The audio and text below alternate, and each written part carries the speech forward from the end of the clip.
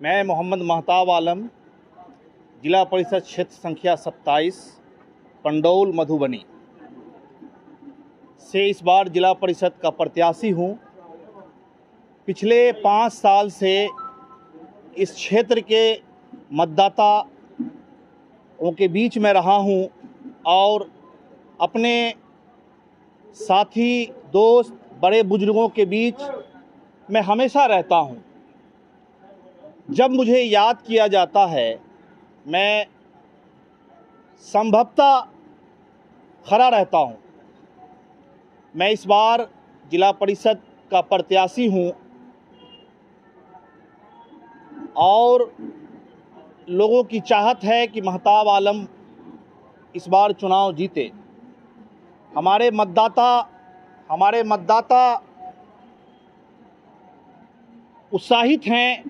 जिला परिषद क्षेत्र संख्या 27 में मैं पिछले 1 साल से, जब कोरोना महामारी हमारे बीच हमको परेशान करके रखे हुआ था, कोरोना जब अपने पीक पे था तो सारे लोग अपने अपने घरों में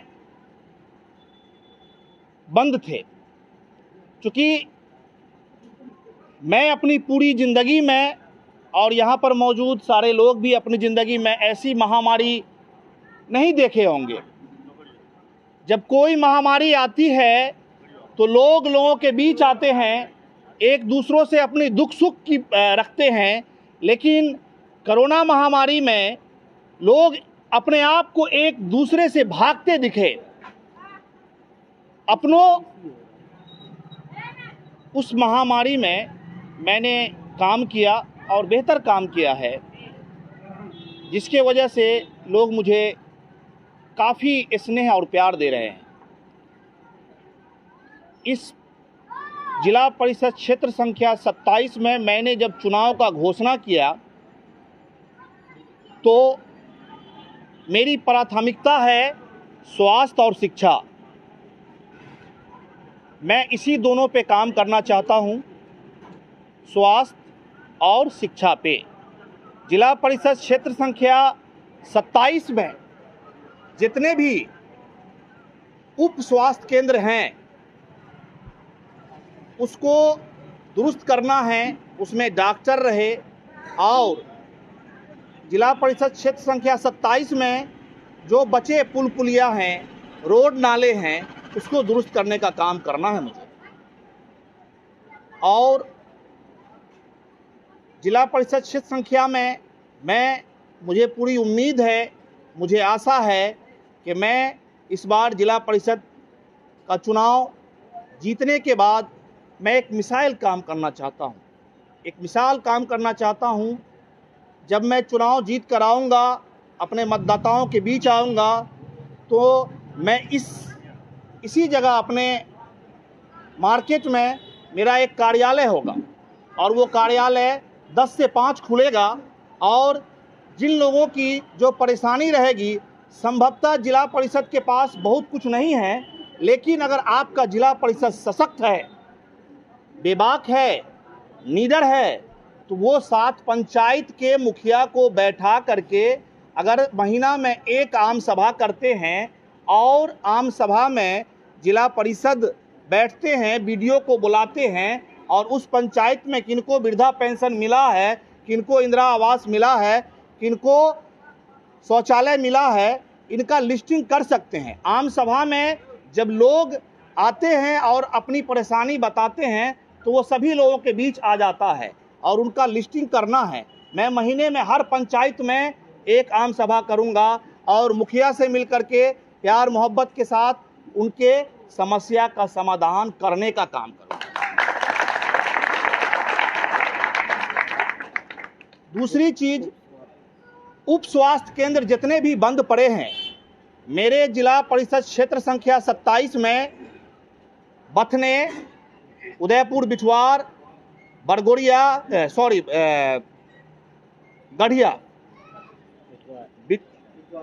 हाँ उदयपुर बिठवार बोल दिए हैं, गढ़िया, उसके बाद विजय, लोहट और एक भगवतीपुर उप स्वास्थ्य केंद्र है। जो भगवतीपुर उप स्वास्थ्य केंद्र का दिशा बेहतर है, जहां डिलीवरी की भी सुविधा है। बाकी लोहट की स्थिति अच्छी नहीं है। मेरा सबसे ज़्यादा ध्यान रहेगा बथने पे, क्योंकि बथने में उप स्वास्थ्य केंद्र भवन नहीं है, वहाँ जमीन है, जमीन का रसीद है, सारा चीज़ है। भवन की वजह से उप स्वास्थ्य केंद्र चल नहीं रहा है। मैं जब पदभार लूँगा, मुझे पूर्ण आशा है, मुझे अपने आप पर विश्वास है कि मैंने हमेशा जनता और अपने मतदाताओं का सेवक बन के काम किया है, बिना कोई पद पर रहते हुए।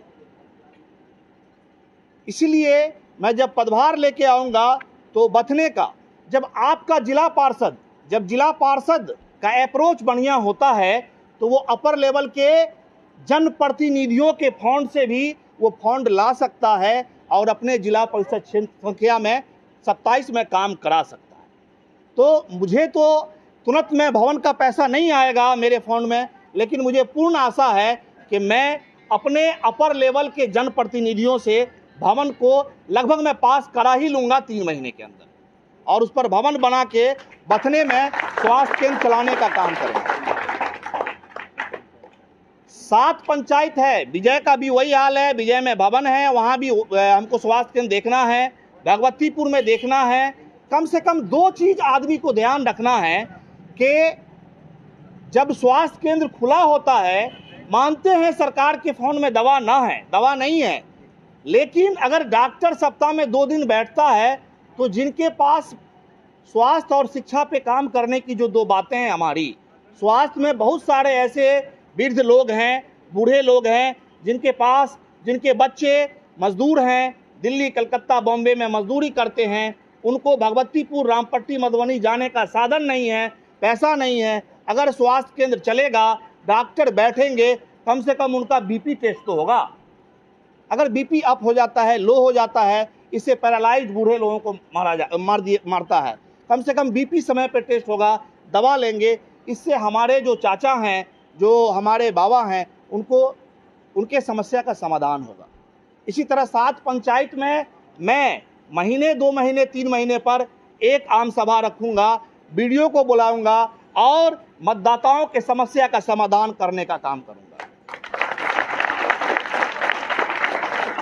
बस एक सवाल जी। मेहताब साहब, जनता जानना चाहती है सातों पंचायत की आपसे, जनप्रतिनिधि कामयाब होने से पहले ऐसे ही वादा करते हैं, अगर आप कामयाब हो जाते हैं तो इस पर अमल किस हद तक होगा, वादा बताइए आप अपना। देखिए, आपने बहुत अच्छा सवाल किया है। जब जनप्रतिनिधि कामयाब होता है तो अपने वादे पे खड़े रहता है या ना रहता है, लेकिन लोग नहीं रहते हैं। मैं जनता का सेवक हूँ, मैं उनका बेटा हूँ। कोरोना ऐसे महामारी में जब मुझे फ़ोन किया जाता था, मेरे कार में 2-2, 3 ऑक्सीजन सिलेंडर रहता था, मैं घरे घर जाके ऑक्सीजन सिलेंडर देता था। जिनके गवाह हैं, यहाँ विनोद भैया हैं, राजा बाबू हैं, सुशील भैया हैं, चाचा हैं, बहुत सारे हमारे 7 पंचायत के लोग यहाँ मौजूद हैं।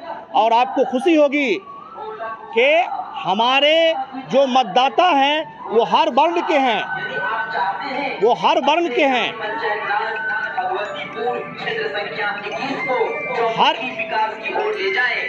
के लोग हैं। अपने गांव में स्कूल, हॉस्पिटल का निर्माण हो। मेरे नॉमिनेशन में आपने देखा होगा कि लगभग सारे वर्ण के लोग थे। मैं अगरों की बात करता हूँ, पिछड़ों की बात करता हूँ, मैं मजदूरों की बात करता हूँ, मैं किसानों की बात करता हूँ, मैं हॉस्पिटल की बात करता हूँ, मैं शिक्षा की बात करता हूँ। इसलिए मतदाता इससे निश्चित रहें कि जब आपका बेटा बिना कोई पद पर रहते हुए मधुबनी में रात भर जाग के हॉस्पिटल सेवा देता है, कोरोना काल में सेवा देता है, तब पूर्ण विश्वास है उनको कि जब मुझे पद मिलेगा तो मैं बढ़ चढ़ के पदाधिकारी से मिल कर के सेवा दूंगा।